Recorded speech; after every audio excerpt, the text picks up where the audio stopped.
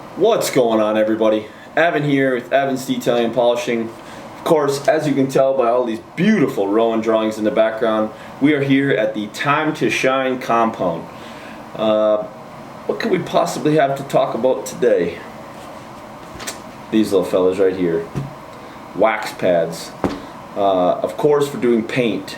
These ones here are for paint. These ones here are for aluminum or stainless steel, whichever. Metal, just bare metal. I can hear a lot of you in the background right now saying, but Evan, you don't do detailing. Ah ha ha ha, ah ha ha. Good one, thanks. But for those of you that have watched the documentary, you already know that I used to do that back in the day. I don't do as much of it now as I used to, but I still remember how to do a lot of this stuff. And for those of you that watched that documentary, thank you. I appreciate that. If you could take 1 second right now, see that little button right there? It says subscribe. Please click that. I'd really appreciate it. But what I want to talk about today is these little pads right here. As you can see, we teamed up and private labeled our own CCS pads. They're called CCS style. This little dimple right here is a CCS style, Lake Country. We teamed up with those guys to create our own wax pads.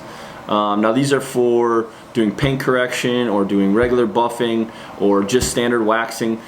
This little guy right here is pretty stiff. This little stiff one works great for doing compounding or anything that needs a little heavier work. This little blue one right here is nice and soft, squishy. I don't know if you can see that, but this blue one right here, nice and soft and squishy, works great for applying waxes, final glazes, or swirl removers. It's a great finishing pad. It works out really well for us here when we're doing show trucks in the shop. But both of these can be used. This one works great as an overall. If you saw us down at Daytona this past year, we were using this one on a bunch of people's trucks to kind of correct some of the paint issues without getting crazy. And we didn't even use this one at all. We use these ones when we're in the shop in a controlled environment. You can also use these outside in the sun. There's not a problem with that. Try to avoid it if at all possible, of course, because most of your waxes and glazes don't like the sun. But you can use it as well. But the stiffer pad works great for heavy removal, and this one works great for finishing the blue stuff here. Now, everybody asks, what's the difference between this one and this one? Foam is foam, right?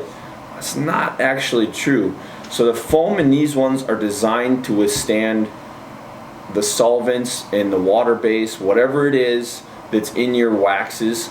These pads are designed to hold up against your waxes. If you start throwing hand polishes and stuff in these, hand polish is going to eat through these really quick. You start throwing the solvents from hand polishes into these, it's going to melt them down and there won't be much left to them. These ones here hold up really well on aluminum and stainless. Now this one, just the exact opposite. See how stiff this blue is? I'm no bodybuilder by any sense of the term, but this one here works great on doing heavy compound work. We use this on a lot of our flat work stuff in between cuts to try and help smooth things out and make things a little easier. And this one here, this one doesn't take much at all. This one squeezes really easy. This one's our soft buff. This one's for a lot of our final finish applications. When we're using our lighter hand polishes, our softer hand polishes in between our cut and our final color, this one works great. Now, we use both of these on orbitals. They work really well on orbitals. When we're doing paint, check out your manufacturer specifications for the thing that you're applying. If you're applying compounds in a really heavy situation, you're going to want an 18 to a 21 millimeter throw. If you're doing final finish, glazes, stuff like that, you're going to want to be in a 12 millimeter to a 15 millimeter throw. And if you don't know what a millimeter throw is, look that up, because that is one of the most important parts of your finish. The smoother the finish, the better you're going to be.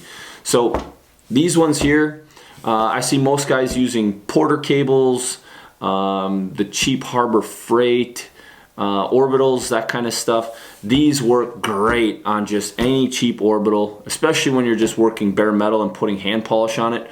All you're doing is looking to agitate it. All of these pads are hook and loop, all of them. and they're all 5-inch. So if you're looking for 6-inch, 7-inch, whatever, we don't stock them. We stock 5-inch.